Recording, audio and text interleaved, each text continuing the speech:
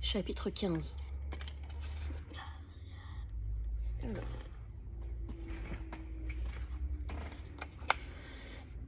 Ce papier plié en 4 le sauverait peut-être. Fabien le dépliait, les dents serrées.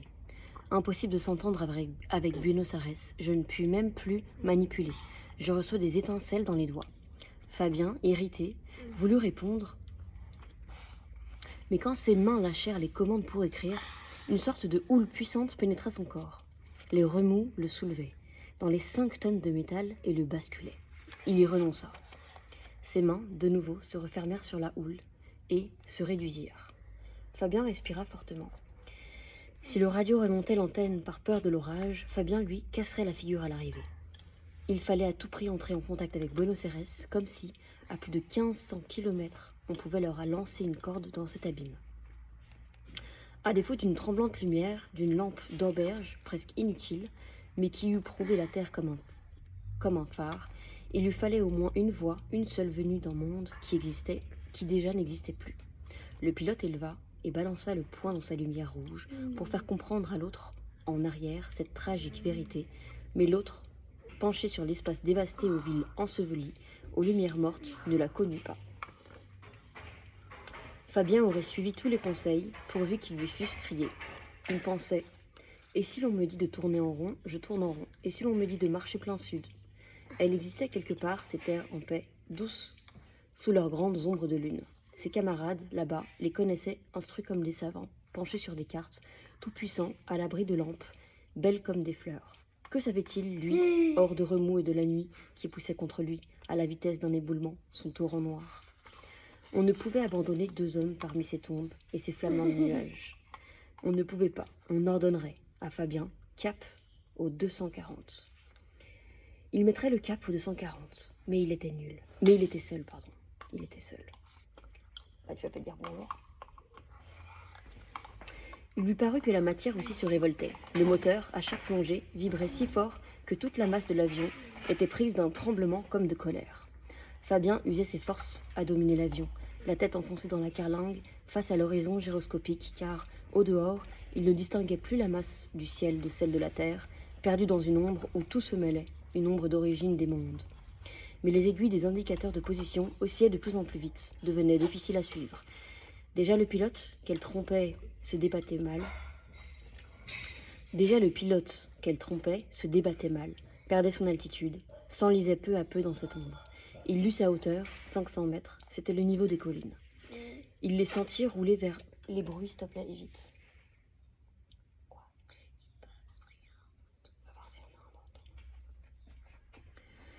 C'était le niveau des collines. Il les sentit rouler vers lui, leurs vagues vertigineuses. Il comprenait aussi que toutes les masses du sol, dont la moindre lui écrasait, étaient comme arrachées de leur support, déboulonnées, et commençaient à tourner ivres autour de lui.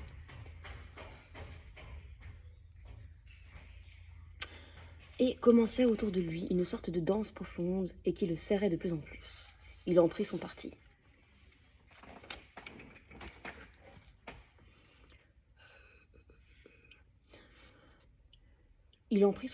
Au risque d'emboutir, il atterrit n'importe où. Et, pour éviter au moins les collines, il lâcha son unique fusée éclairante. La fusée s'enflamma, tournoya, illumina une plainte et s'y éteignit. C'était la mer. Il pensa très vite, perdu 40 degrés de correction. 40 degrés de correction. J'ai dérivé quand même. C'est un cyclone. Où est la Terre? Il virait plein ouest. Il pensa, sans fusée maintenant, je me tue. Cela devait arriver un jour, et son camarade, là, derrière, il a remonté l'antenne, sûrement, mais le pilote ne lui en voulait plus. Si lui-même ouvrait simplement les mains, leur vie s'en écoulerait. Aussitôt, comme une poussière vaine, il tenait dans ses mains le cœur battant de son camarade et le sien. Et soudain, ses mains l'effrayèrent. Dans ses remous, en coup de bélier, pour amortir les secousses du volant. Sinon elles eussent scié les câbles de commande, il s'était cramponné à lui de toutes ses forces. Il s'y cramponnait toujours. Et voici comme il se sentait. Et voici qu'il ne sentait plus ses mains endormies par l'effort. Il voulut remuer les doigts pour en recevoir un message. Il ne sut pas s'il était obéi. Quelque quelque chose d'étranger terminait ses bras. Des baudruches, insensibles et molles. Il pensa, il faut m'imaginer fortement que je serre. Il ne sut pas si la pensée atteignait ses mains. Et comme il percevait les secousses du volant aux seules douleurs des épaules, il m'échappera. Mes mains s'ouvriront. Mais s'effraya de s'être permis de tels mots, car il crut sentir ses mains cette fois obéir à l'obscure puissance de l'image, s'ouvrir lentement dans l'ombre pour le livrer. Il aurait pu lutter encore, tenter sa chance. Il n'y a pas de fatalité extérieure, mais il y a une fatalité intérieure. Vient une minute où l'on se découvre vulnérable. Alors les fautes vous attirent comme un vertige. Et c'est à cette minute que luirent sur sa tête, dans une déchirure de la tempête, comme un appât mortel au fond d'une masse, quelques étoiles. Il jugea bien que c'était un piège. On voit 3 étoiles dans un trou, on monte vers elles, ensuite on ne peut plus descendre, on reste à la mordre des étoiles. Mais sa faim de lumière était telle qu'il monta. Aïe aïe aïe. Je crois qu'il est mort. Je crois qu'il est mort. Le pilote quoi. T'écoutes pas en fait. Lequel pilote qui a pas de dents? Non, c'était un pilote, unique passager de son avion, qui était en train de piloter alors qu'il y avait une tempête. Ah.